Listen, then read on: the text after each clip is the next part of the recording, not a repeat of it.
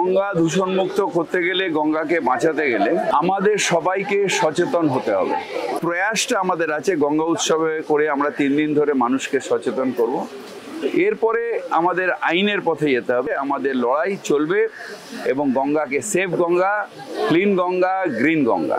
এই উৎসবের মাধ্যমে নানা রকম সচেতনতামূলক অনুষ্ঠান আমরা নিয়েছি কলকাতা কর্পোরেশনের তরফ থেকে, সাধারণ মানুষের উদ্দেশ্যে যাতে বার্তা যায় যে এই আদি গঙ্গাকে বা গঙ্গাকে পরিষ্কার রাখা, সুন্দর রাখা, পরিচ্ছন্ন রাখার অঙ্গীকার আমরা যাতে নিতে পারি।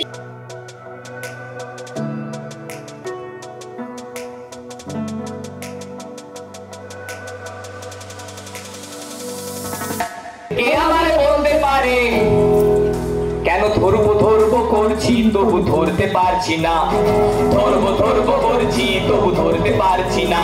এই সমস্ত জল ক্ষতিকর বলে বলে ব্যাড ওয়াটার মিশিয়ে দাও যদি তাকে প্রকৃতি বলে।